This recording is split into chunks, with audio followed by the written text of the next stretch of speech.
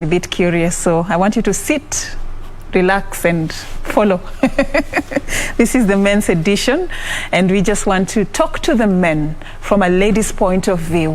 What are some of those habits, characters and things that men do that deliberately or they may not even intend, that just drive women away? You could be in a relationship and these are things that your partner cannot stand. These are things that are annoying to women. And you ask yourself, what is the problem with every woman that I have been with? So we are here to just have a candid conversation around the deal breakers in a relationship. The ladies edition is coming very soon, so keep watching this space. We just begin with the men because they are they carry the mantle. They lead the way when it comes to relationships. So tonight I'll be having this conversation together with DORINE KATIBA. ACHIA. DORINE is a gospel artist. She's a wife, a mother of 3 big boys, a mentor, counselor, married for 24 years, and I can go on and on. But one thing that stands out is that she has a lot that she can teach us about the issues we're discussing when it comes to marriage and relationships. Thank you so much for creating time for us. Welcome. It's a pleasure being here. Good to have you as well. Yeah. I want us to start, this conversation by sort of like laying it bare. There are people who get confused when we're talking about red flags and deal breakers. What's the big difference between these two? A red flag is like a warning. I'm putting it simple.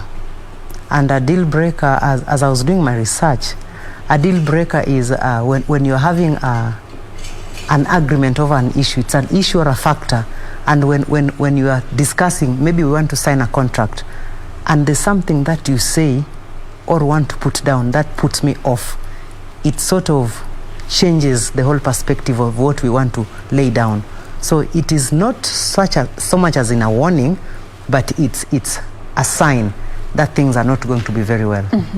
So give us examples. Here we want it to be as simple as possible. Yes. For us to understand the difference. When I'm talking about red flags, what is it that I'm looking at? We say the red flag is like a warning. You are dating. I know you're married. So let's say you are dating. And once in a while, the man wants to push you, rough you up. And then you're like, what's happening? He says, I'm sorry. I was just annoyed. And it keeps happening. It keeps happening. And you keep tolerating. That's a red flag. That man is abusive. So one of the red flags is abuse. It can be emotional. It can be physical. It can be financial. I have a problem. I need finances. Maybe I need a loan from you. You are my partner. You are my man to be. And I need help from you. I can never find it. That's a red flag. It will never happen. So eventually, most people when they settle into marriage, they look back and say, actually, this thing was always there, but I never noticed. Let me use another one. Some ladies, when I was sharing, they said infidelity. Infidelity can be emotional, can be physical also. You know, the emotional attachment. People say having an affair is just being together sexually. No. Even emotional. You are so close to this person, you are always doing things together, you are always sharing. It's like you are so intimate. Infidelity is just being intimate with somebody. So that's a red flag. All right. So when your person is like this, be careful. All right. We'll get to some examples of the deal breakers in the course of this conversation. That's why we are having this sit down. But on the onset, at what point or when should the couple have a conversation about deal breakers? Or is it even necessary for you to have an official conversation about the deal breakers, or you meet it along the way? Let me put it this way. When I notice you and I'm interested in you, I have seen things which I like. And as I do my study, when you're investigating the person you're interested in, that is the study I'm talking about. You will ask people, how is she? How is he? She likes this, she doesn't like this. So somehow you have a list. And then now when you gather the courage and now you tell this person, can we go out? And you start going out. There's no problem with telling the person, by the way, I like going to church. I like going out to rave, for those who rave. I like visiting Ushago every December. I am actually giving you my list of the things I like doing now as a not me. So I am uncomfortable when 1, 2, 3, 4 is done to me. So automatically when you're getting into a relationship, you are aware of. So you're supposed to have this conversation early in advance. Yes. You tell your partner that if you do this, this is a deal breaker for me. It puts me off. Yeah. Okay. Yeah. Do you think we sort of overlook that, you know, when love is in the air and, you know? Many times. Because we are so in love. They say you are so in love until you are blind. So you don't notice. Because you just like what you are seeing. You are like, he will change. He will change. He will change. They never change. All right. I want us to now, you know, just go into what we wanted to discuss tonight about these things that men do that they may not be aware that these are things that, you know, put women off. And I know we cannot complete this list. It's long, and on social media, guys are still, you know, just adding on to that particular list. Annoying things that women cannot stand in a relationship. I just want you to take us through what you've, you know, gathered. Let me. People are sending me messages, and some which I gather, and some which I know, and some which I see. One of them is dirty socks, smelly feet. I have boys, remember, you've met them in the other show, and I always tell them, you know, ladies like men who smell nice. I tell them every day. So make sure your feet don't smell and your mouth doesn't smell. So hygiene. Wash your hands. You know, in this era of masks, there are those who don't even brush their teeth. Who cares? Nimeva a mask. I'm not talking to anybody. So we like men who are smart. Everybody was also almost sending me that. Waambie tunapenda wanaume wasafi. Secondly, I had your fellow presenter mention it, stingy.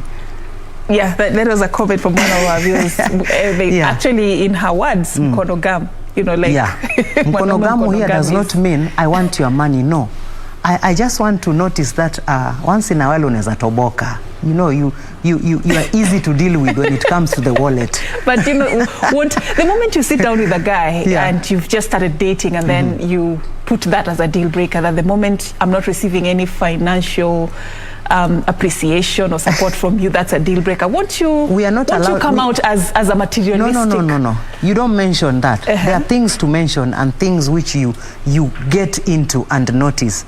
And when you go out, he'll keep saying, babe, si utalipa. You're paying. So I'm the one who is always paying for the matatu or the Uber. That's a stingy guy. He might be testing you, but if it goes beyond twice, be careful. He will never pay for anything. But then I thought, you know, these deal breakers, you need to be very candid with them and tell your partner that 1, 2, 3 things, this is like a boundary for me. If you cross this boundary, then this relationship is no longer viable. If you don't tell him that you like to be treated in a certain way, you like once in a while that he buys you gifts, or he takes the lead in paying for the bills, how will he know? Let me tell you something. You know, we are living in an era of gender equality, women empowerment. I mean, I pay, you pay. Who tells you the minute you want to date her, she tells you, you are the man. You are meant to be taking care of me. Yeah.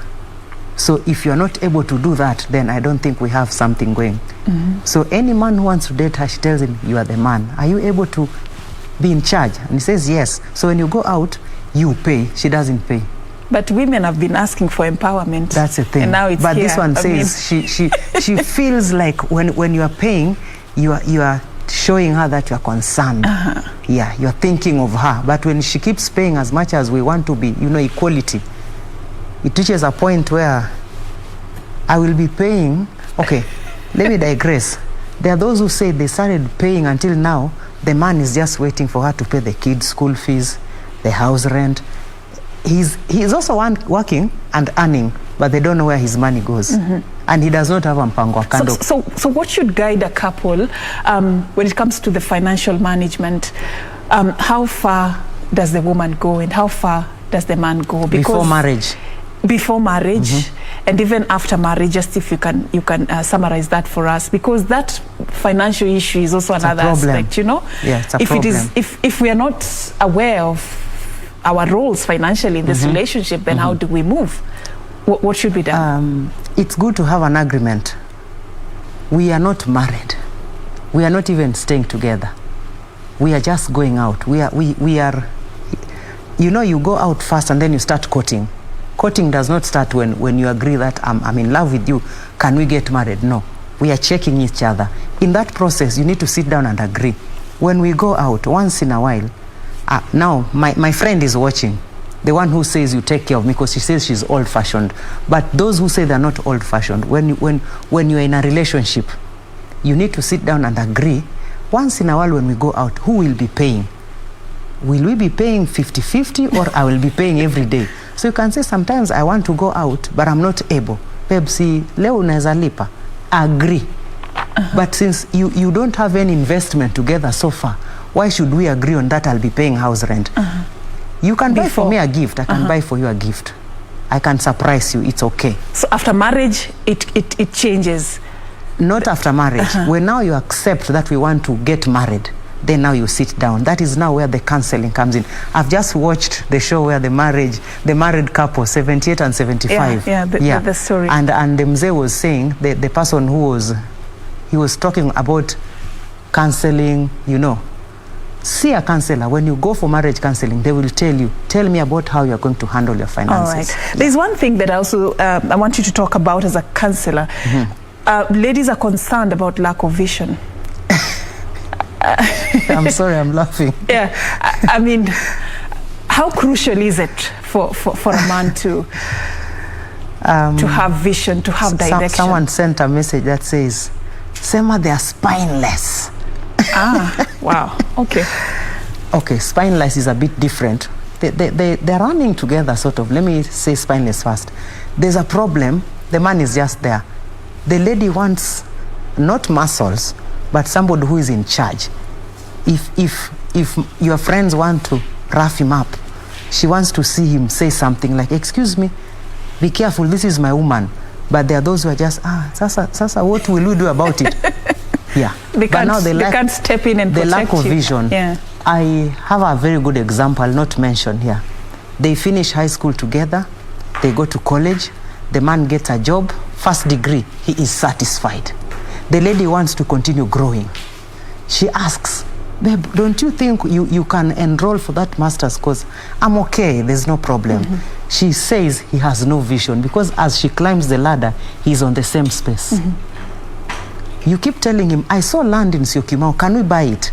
We are comfortable paying for the city council house. Don't you think we should invest in maybe a business? We are okay. He is satisfied. Lack of vision. Is there a role that the woman can play though? Because they say that he who finds a wife finds a good thing. Yeah, and a good wife comes from God. Yeah, so they say is there a role that a woman can play to support the man when it comes to building his vision? That's the word. Yeah. The Bible says, I am his helpmeet. Yeah. Help, meet. My work is to help you meet something for us. So my work as the wife or the woman is to support your man towards his goals, towards your goals. So if the woman also has no vision, we are going back to the Bible. Remember the Proverbs 31 woman. Those things are many. All right. But they normally say you can just pick one out of her many and concentrate on that one gem from that woman, not all of them. As we're about to wrap up, I want you to talk about something that touches on mpango wa kando. It's been a very big deal that many women have raised as one of the turn-offs in many relationships. Others would physically step out, others would emotionally disconnect. They are there physically, but they disconnected emotionally. Talk to us about you know, this problem as well. It's a monster. Just tell me, how do you want me to go about it? Because it's a big topic. Yeah, I just want you to talk about the things that pushes men to probably step aside and look for other options. Maybe women can learn from this particular subject. And also for men, how hurtful is this on their families and on their relationships?